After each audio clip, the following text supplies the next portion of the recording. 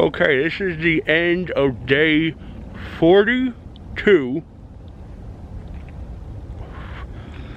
Not a ton happened. I was actually wondering if after the main event there would be a lot of short days. I only got about half a day. I got like 5.5 hours.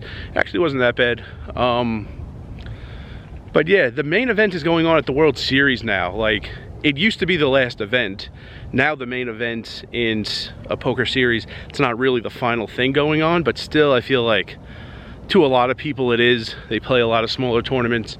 They play a main event or a few main events around town, and that's it.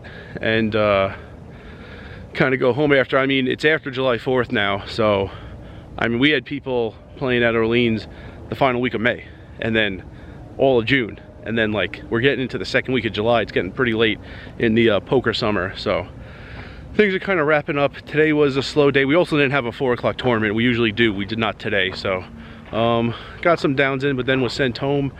And yeah, I don't know. I mean, tomorrow is the Sunday special, so that's going to be busy. That tournament's been busy every Sunday all summer. I'm wondering what like Monday, Tuesday, Wednesday, Thursday are going to be like. Probably the final Friday, the third to last day, just because it's Friday. People get off work, people are free, late nights for people. That's going to be a pretty solid night. And then probably Saturday for similar reasons. And then probably the final day Sunday, because it's the Sunday special again. But I'm wondering after tomorrow what the final Monday, Tuesday, Wednesday, Thursday are going to be like. We do have 3 tournaments each day, but wondering if they're going to be short days or not, but whatever, nothing I could do about it. Like today they asked when they realized they had more dealers than they needed, does anyone want to go home? I didn't say a word. I wanted to stay, but no one said a word. So it got to the point where they had to randomly select a few dealers to go home. I was one of them today, so that's that. I will tell you the crux of this video is going to be, hold on a second.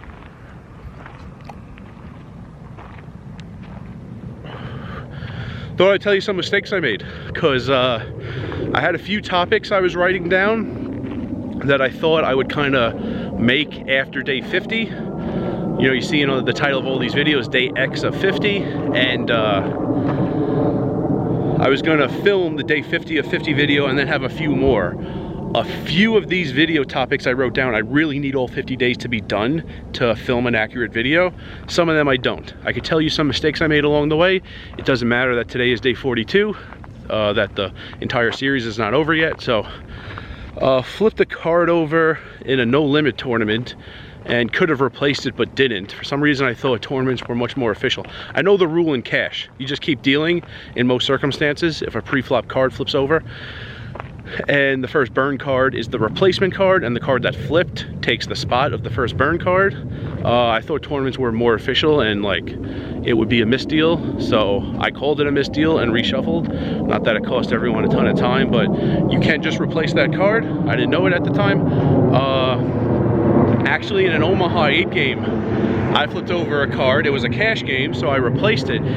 And it was just that the card was like a really important card. It was the Ace of Hearts, and then the flop.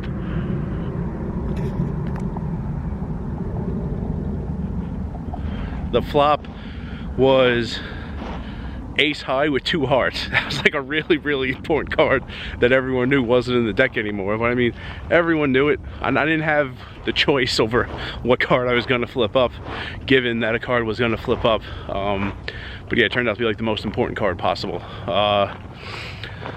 What else? Ooh, there was a bad 8-16 Omaha 8 cash down where twice a kill was triggered and I didn't realize. A player had to tell me each time, and then on the final hand of the down, one guy won 3/4 of the pot. And I did the bets that were left out in front of the players correctly. When it gets heads up in a split pot game, you just leave the bets out in front because a lot of pots are split.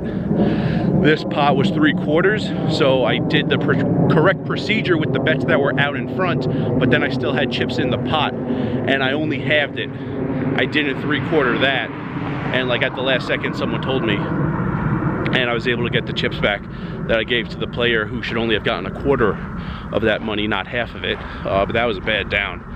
I think once this past week in PLO,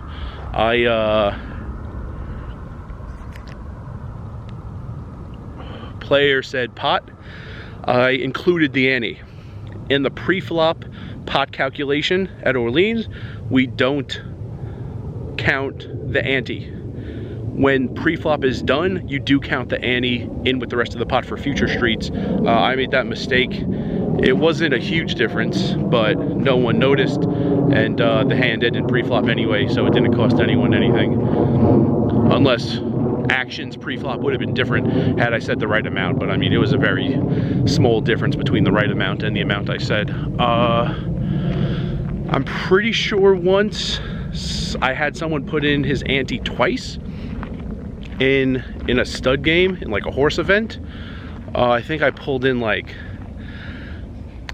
I pulled in a few. I think I pulled in all the exact change antes and then dealt with the others. And like when I asked this guy, because two people it looked like didn't have their antes out, and when I said ante please, one guy made a face like he kind of thought he put it in, but he gave me more chips, so I just thought he didn't. And then when after I dealt everyone their first 3 cards, I looked in the pot and pretty sure it had 1 extra ante, which must have been from that guy.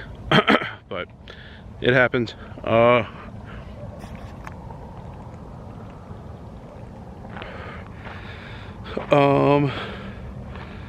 Yeah, this isn't quite a mistake. For some reason, when there's like some chips in the middle and then players go all in, like not if it's an all in pre-flop, but if it's an all in on like the flop, the turn, or the river, I'm very good at like counting the stacks and the player who wins, you know, giving him twice his stack. And then I just seem to forget about the chips in the middle. Like I push all the chips and then I get the cards together and then I bring the all-in plaques into the rack and then I move the button, and then like the last thing I notice is, oh, there's still chips in the middle. And I mean, I slide them to the correct player, but like just always feels weird, like kind of forgetting and then sliding the chips the last thing I do. It really should be like the first thing I do. Give all the chips to the player who won the hand. Other mistakes.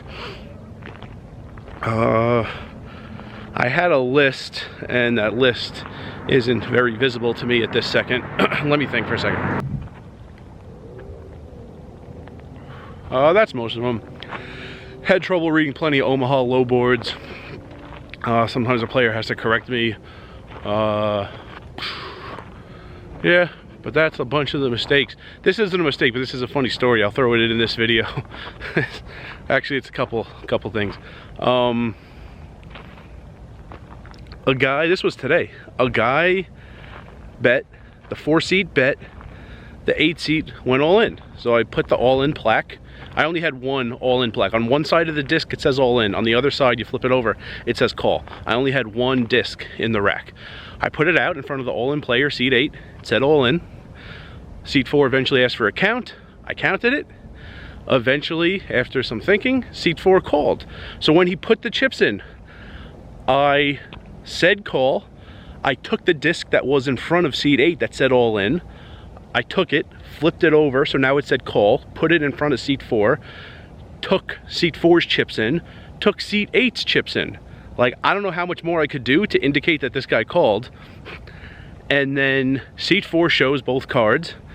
Seat 8 throws 1 card in face up and 1 card in face down. They didn't come close to the muck, they were still alive. But I just said, I need to see all cards face up before I could run out the board. And seat 8 says, oh, he called? Well, no one told me he called. I thought he folded. I brought both stacks of chips into the middle. There were no longer chips in front of him. I said call. I took the disc.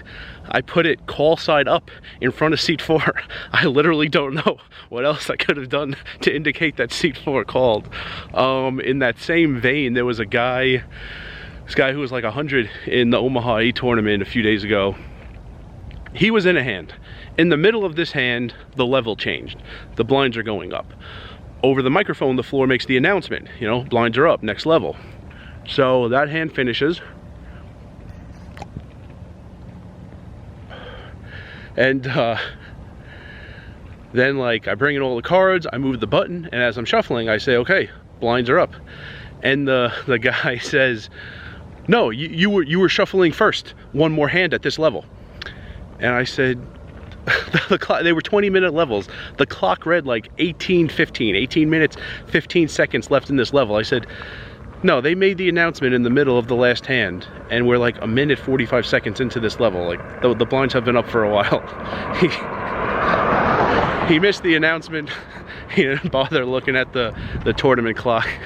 He thought like I was trying to like just speed things up, and even though I had started shuffling with like 1 second left in the old level, I was just saying, ah, screw it, and raising the blinds on my own or something. Classic Omaha 8. So that's gonna wrap it up, I guess. Day 42. Tomorrow's day 43. Expect a huge field in the Sunday special. 8 days remain. And remember, rice is a spoon food.